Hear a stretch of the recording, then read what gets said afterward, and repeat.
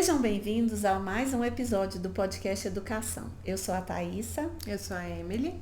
Nós somos mães, educadoras, entusiastas por uma educação mais sensível, mais afetiva, mais direcionada às habilidades de cada criança.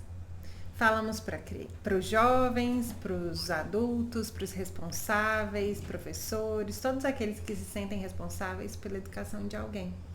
E o assunto de hoje é sobre rótulos, né? Rótulos que nós colocamos nas nossas crianças e nos nossos adolescentes, rótulos que os outros, que a sociedade moderna ama colocar nos outros. E qual é o nosso compromisso, a nossa responsabilidade enquanto pais responsáveis, educadores, em entender e gerir o que esses rótulos nos dizem, né? E tem um exemplo que para mim é muito forte, assim, que me marcou enquanto mãe e enquanto educadora, de uma mãe que recebeu o diagnóstico de autismo de duas crianças, de dois dos seus filhos. E essa mãe, assim, ela recebeu aquilo, ela acolheu, ela sabia que existia alguma coisa ali com os filhos dela, mas ela não acatou aquele diagnóstico como assim, a desculpa da vida dela. Para ela compreender o que se passava com os filhos dela. Ela acolheu aquilo, assim, a minha leitura, né? Ela acolheu, ela guardou aquele rótulozinho em algum lugar e falou, ok, com isso aqui, o que eu, mãe, posso fazer para que os meus filhos sejam o melhor que eles puderem, que eles se desenvolvam da melhor forma, com tudo que todas as dificuldades que esse rótulo que me deram pode, né, acarretar, como que eu vou ajudar meus filhos a se desenvolverem da melhor forma possível.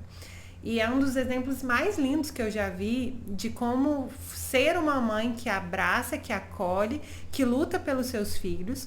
E hoje, anos depois, as duas crianças saíram do tal do espectro, ou seja, de repente, né, assim, de repente, vírgula, né, com alguns anos, tirou aquele rótulozinho que colocaram nas crianças, e as crianças estão com um desenvolvimento cognitivo, emocional e tal, completamente coerente com a idade, com as habilidades e tal que eles tinham.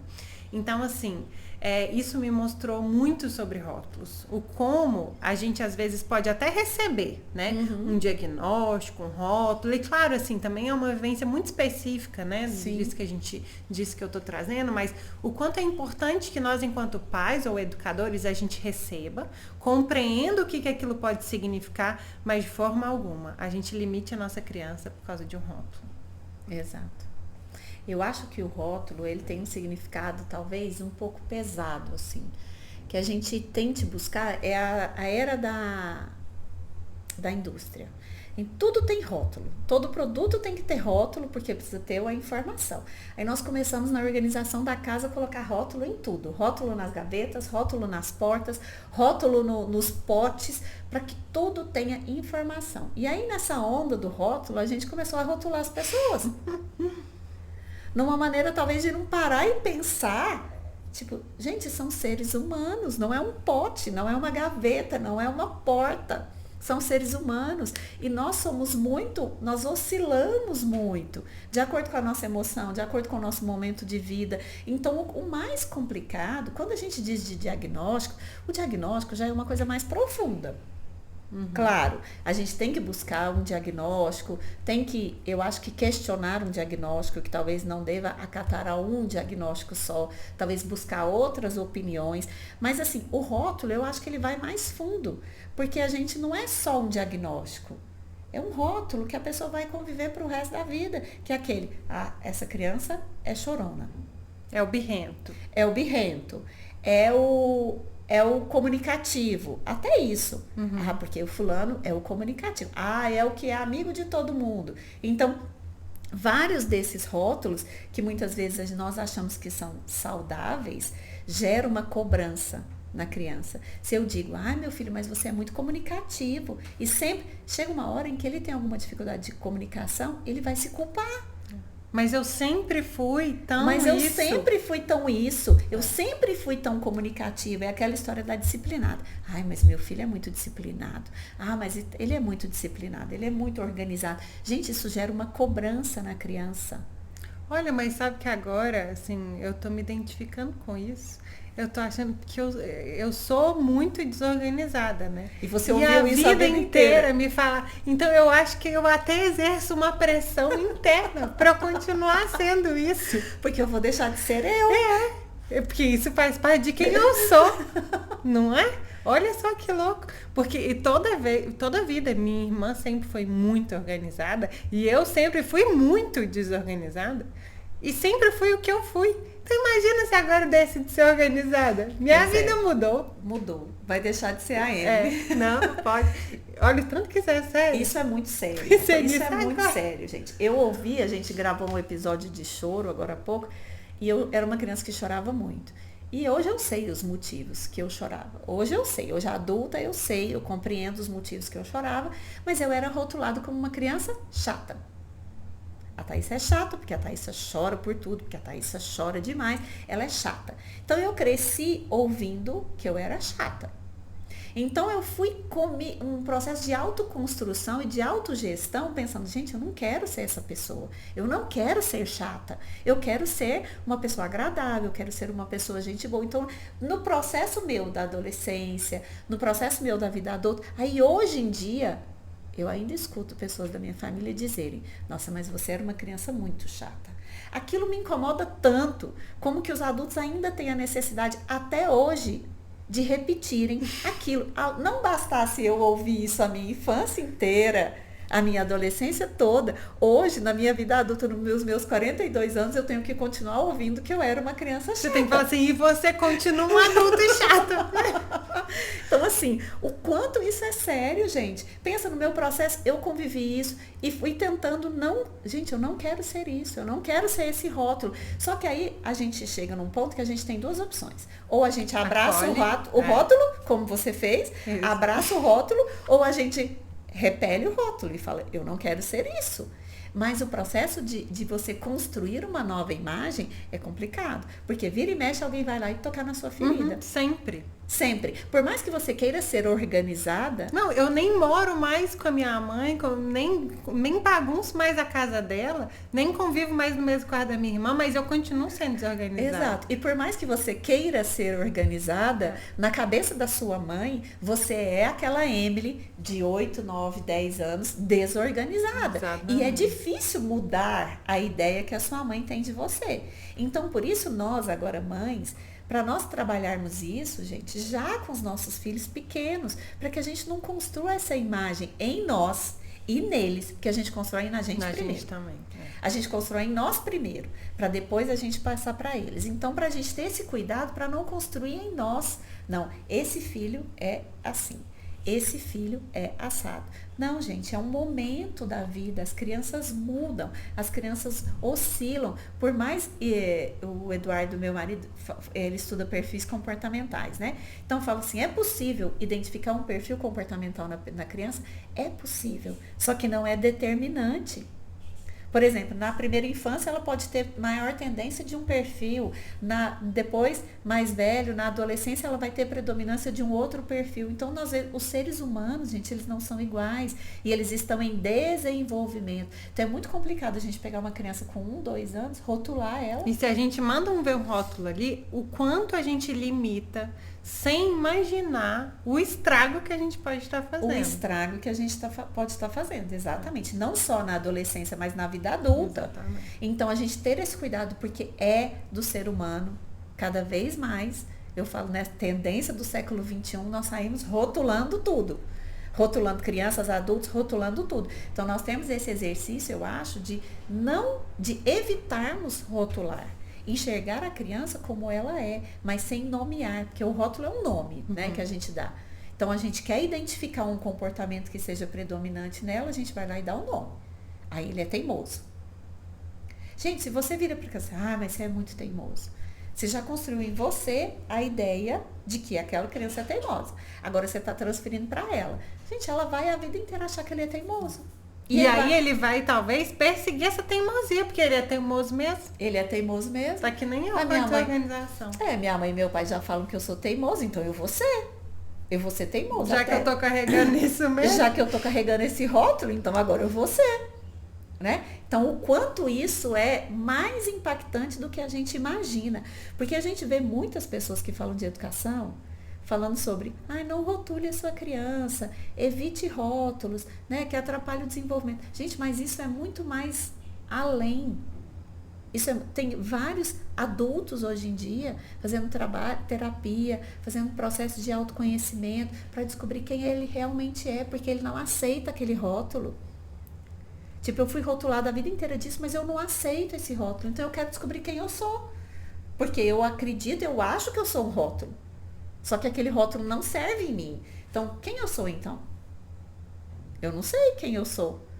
Porque a vida inteira me colocaram vários rótulos e eu nunca me identifiquei com nenhum. Então a gente vê o quanto isso é muito mais profundo do que a gente às vezes imagina.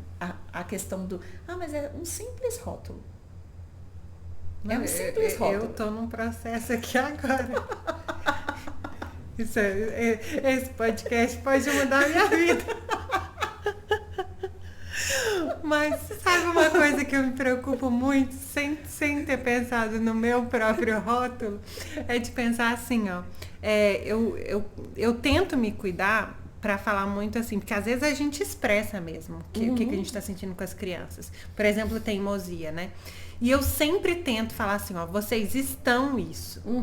Porque para que eles compreendam que é um momento, né? Então, assim, por exemplo, às vezes eu falo assim, vocês estão muito desobedientes hoje. Tá muito difícil para mim hoje. Vocês estão muito desobedientes. Mas eu toda vez eu tento me policiar, porque o que quer sair não é isso. Eu falo assim, mas vocês são muito desobedientes. E eu fico pensando exatamente nisso, assim, não, eles não são, até porque eu não quero que eles sejam. Eles estão terríveis com isso hoje. Mas é só um momento, é só um dia, vai passar.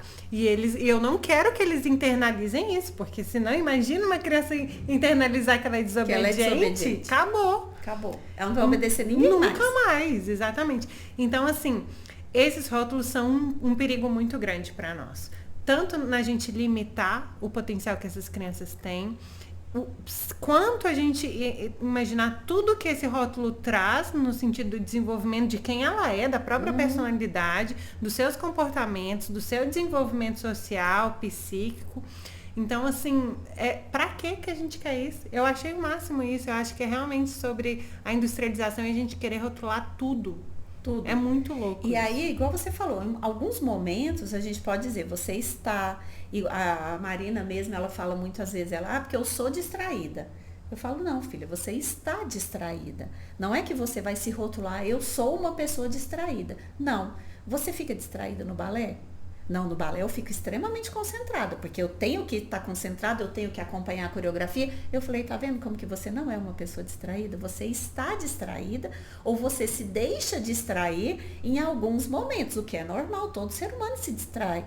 Ninguém fica focado 100% do tempo. Então, nós mostrarmos que nós não somos aquilo. Não, bateu a tecla de que eu sou isso. Eu sou distraído. Eu sou avoado. Eu sou inconsequente. Porque chega na adolescência, de tanto ouvir os pais falam assim, você é inconsequente, você não pensa nas consequências, você não pensa no outro, e não sei o quê. O que ele vai internalizar? Que ele é inconsequente.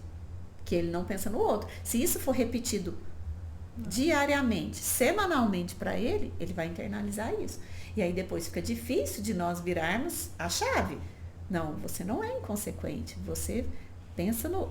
Olha que louco que a gente fica querendo o contrário, porque falando que ele é inconsequente, a gente não quer que ele seja inconsequente, a gente quer que ele pense no outro. Sim. Só que a gente está fazendo... O contrário. A gente está fazendo o método reverso. Exatamente, afirmando algo que nem a gente quer que ele seja e nem ele quer ser. Ninguém quer ser isso. Ninguém quer ser isso, exatamente. Então é um processo de repensar, eu acho, as nossas atitudes com as crianças. Não, pensando em nós, fala gente. De mãe e pai, gente, tem um poder enorme. Enorme. A gente menospreza o poder que uma fala, ainda mais mãe que fala 1000 vezes, tem na vida da gente. pensa, vocês que estão ouvindo a gente para 30 segundos e lembra uma fala da sua mãe ou do seu pai. Todo mundo tem. Todo mundo tem uma fala, duas, às vezes mais de uma fala que a sua mãe falava sempre. Porque mãe é repetição, né? Então todo mundo tem isso. E aí a gente tem que pensar, qual é a fala que eu quero que os meus filhos, quando estejam na fase adulta, eles lembrem que eu falava. Nossa, credo, esse podcast tá pesado pra mim hoje. Olha, eu ouvi de uma aluna, você conhece ela, e eu achei assim, nossa, eu arrepiei na hora que a aula era sobre gratidão. E eu falando que a gente deve agradecer tudo que acontece na nossa vida. Até as coisas ruins. E para adolescente falar isso é um absurdo. Como que eu vou agradecer as coisas ruins? Aí ela virou para mim e falou assim, professora, minha mãe sempre fala uma frase para mim e eu levo isso bem gravado porque ela perdeu o pai há pouco tempo, né? E aí ela falou, minha mãe sempre me fala uma frase e eu guardo isso para dentro de mim. E a gente vê o poder da fala da mãe. Ela fala assim, a minha mãe sempre diz que nem tudo é bom, mas que tudo é para o bem. Então isso, gente, eu acho que quando ela falou, eu senti que nela traz uma paz no coração. Conforto. Um conforto, essa frase, ela ficar lembrando essa frase da mãe e que eu acredito que talvez ela leve isso ao longo da vida. Talvez não, mas talvez ela leve isso ao longo da vida. E isso vai ajudá-la em vários momentos difíceis da vida dela, essa frase. Por mais que a mãe não esteja do lado dela naquele momento, que talvez nós não estejamos aqui, mas o que nós estamos plantando nos nossos filhos, de que maneira que eles vão lembrar da gente. Que lindo. Que lindo. Então, até o próximo episódio. Fiquem reflexivos, como a Emily ficou. Como eu estou. Comentem, compartilhem. E se quiserem contar para nós aí, coloca aí nos comentários quais os rótulos que vocês já receberam ao longo da vida. Se vocês estão atentos a isso, em evitar rotular as suas crianças. E vamos interagir pelos comentários. Até o próximo episódio.